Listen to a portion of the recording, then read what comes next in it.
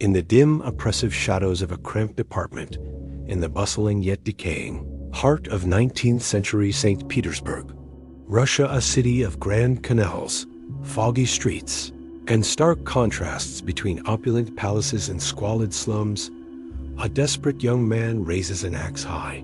With a swift, brutal strike, he shatters the skull of an elderly pawnbroker, blood splattering the walls as her body crumbles. But the horror doesn't end there. Her innocent sister walks in, sealing her fate in a frenzy of panic and violence. This chilling scene isn't from a modern thriller. It sets the heart of Fyodor Dostoevsky's Crime and Punishment, a gripping tale that plunges into the abyss of guilt, morality, and redemption. Join us as we dissect this 19th century masterpiece and explore how one savage act unravels a man's soul. Let's start with the author himself. Fyodor Dostoevsky was no stranger to suffering. Born in 1821 in Moscow, Russia, a vibrant cultural hub amid the vast empire, he later moved to St. Petersburg. He faced poverty, epilepsy, and even a mock execution for his political views. These experiences shaped his writing, infusing it with raw psychological depth.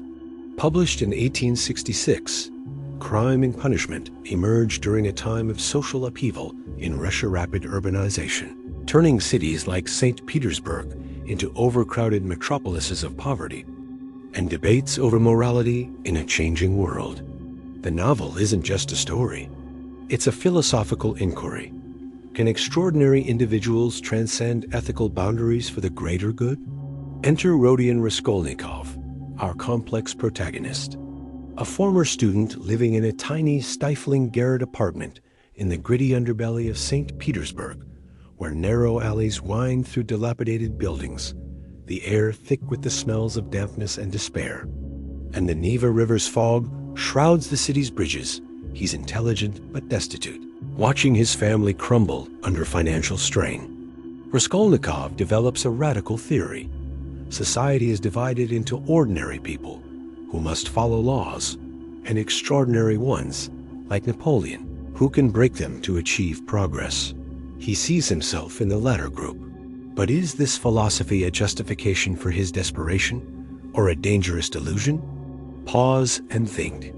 Have you ever rationalized a wrong choice by telling yourself it serves a higher purpose?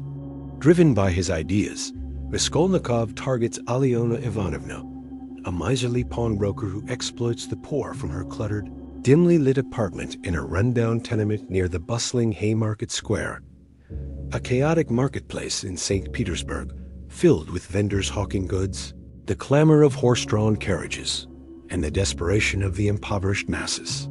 He plans to murder her and steal her money, believing it will fund his noble ambitions and rid society of a louse. In a tense, impulsive moment, he carries out the act, but tragedy strikes when her innocent sister, Lizaveta, interrupts. Now, 2 lives are lost. As Raskolnikov flees through the labyrinthine streets of St. Petersburg, dodging the watchful eyes of passers-by under the pale glow of gas lamps, this scene illustrates how one decision can spiral into irreversible consequences. The murder doesn't bring relief. It unleashes torment.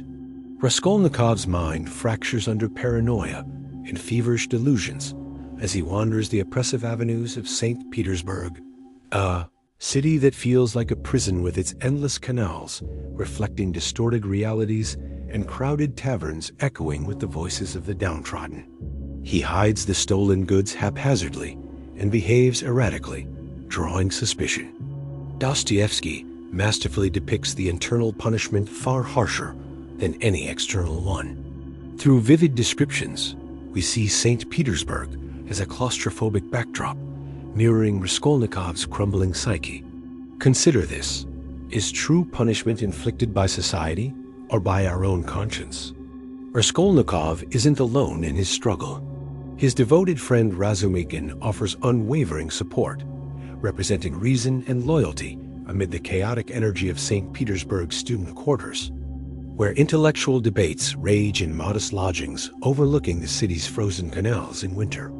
His sister Dunya faces her own trials, rejecting manipulative suitors like the arrogant Luzhin and the sinister Svidrigailov, often in the tense confines of family apartments or the elegant yet deceptive drawing rooms of the city's upper class. Then there's Sonia Marmeladova, a young woman driven to prostitution by poverty, yet embodying purity and faith. She navigates the seedy underbelly of St. Petersburg's red light districts near the Senaya Square, areas teeming with vice and desperation. Her relationship with Raskolnikov becomes a beacon of hope as she urges him toward confession through stories of biblical redemption. These characters highlight themes of sacrifice and human connection. How do the people around us influence our path to self-forgiveness? Enter Porfiry Petrovich, the astute detective who suspects Raskolnikov.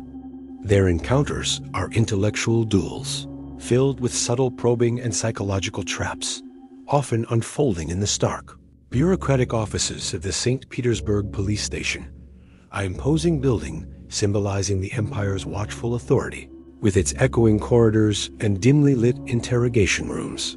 Porfiry doesn't accuse outright. He plants seeds of doubt, forcing Raskolnikov to confront his guilt. This dynamic explores justice not as brute force, but as a mental battle. As pressures mount Svidrigailov's blackmail, family crisis, and Porfiry's evidence, Raskolnikov reaches his nadir. Pacing the fog-shrouded embankments of the Neva River in St. Petersburg, where the city's isolation amplifies his inner turmoil. In a moment of raw vulnerability, he confesses to Sonia. Dostoevsky suggests redemption is possible through suffering and humility. If this journey intrigued you, pick up Crime and Punishment and experience Dostoevsky's world firsthand, from the vivid streets of St. Petersburg to the harsh expanses of Siberia. For more explorations of classic literature, subscribe and join the conversation.